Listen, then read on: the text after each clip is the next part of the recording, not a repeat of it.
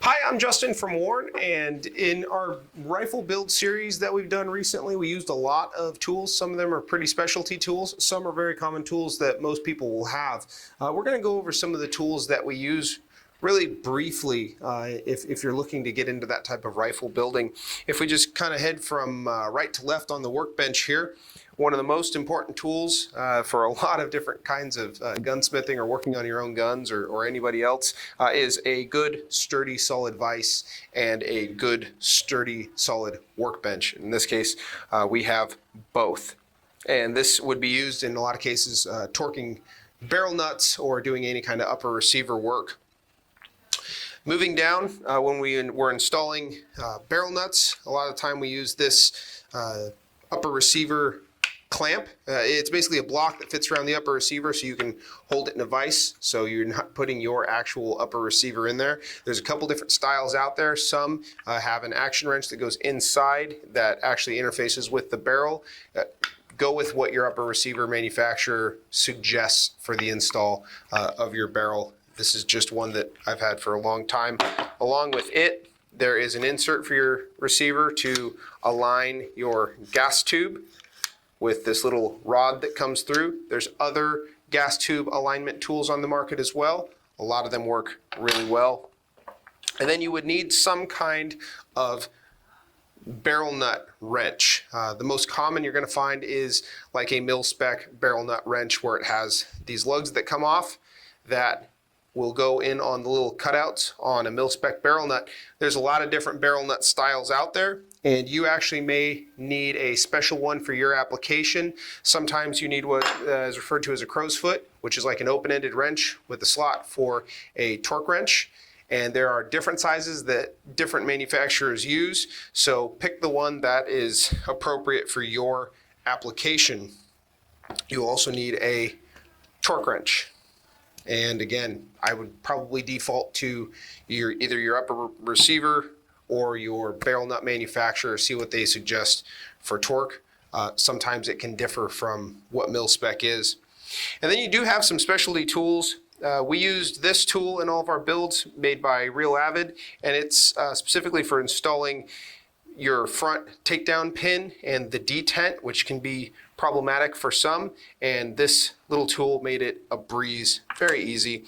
Sometimes you may want to use specialty tools like this for installing the roll pin for a bolt catch, and this is a starter punch and a roll pin punch, and they're cut out on the side so they don't hit the side of your receiver as you're driving those pins in. Are they absolutely necessary? No, but they do make the job a lot easier. Along with that, you're going to want a good hammer. We got this from Brownells. It's got a brass end, it's got a polymer end so it doesn't mark up your parts. And then one thing that is really a requirement for any kind of work on a rifle that has a lot of use of roll pins is a set of roll pin punches. Standard punches, the problem is they're flat on top, and when you're hitting the pin, it will eventually flatten out the head of that pin, and then it's either not going to want to go in all the way, or you can actually deform it to the point that it doesn't insert correctly. These have a little tip to them that fits in and protects the head of it as you are driving those pins in. Aside from that, it's a good idea to have a good gun vise. In this case, this one is by Tipton. I have the other sides of it come off if you wanted to put a bolt action rifle or some different kind of rifle to hold it in place. And we just used this Magwell device on this bench for working on our lower receivers, which makes it a lot easier and is very handy. Aside from that, it's always a good idea to have a high quality set of screwdrivers. In this case, this one again is from Brownells, and you can replace the bits as needed. And then we also have this full set by Wheeler that come in handy because they have long wrenches. So getting into certain spots, especially if it's a trigger set screw or something like that where it's hard to get into, those are handy to have. One of the last things is you do want some kind of lubricant. In this case, we used this Chem X by Liberty Lube, and it's a grease that we used while we were assembling for some of those tight fitting parts that maybe needed a little bit of break-in or lubrication. And then on the subject, you may be tempted to go the route of kind of a one tool to do everything. There's a lot of these tools on the market. A lot of them are questionable quality. This one included already has parts that have broken off because it's very soft. So I'd say get good tools if you want good results, if you can afford it.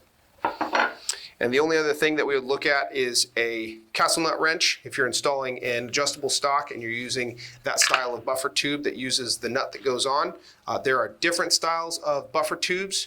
We used 2 different ones in our rifle builds, and it may be an adjustable wrench that you need. It may be a flathead screwdriver. In a lot of cases, if it's an adjustable stock, you'll need some kind of castle nut wrench.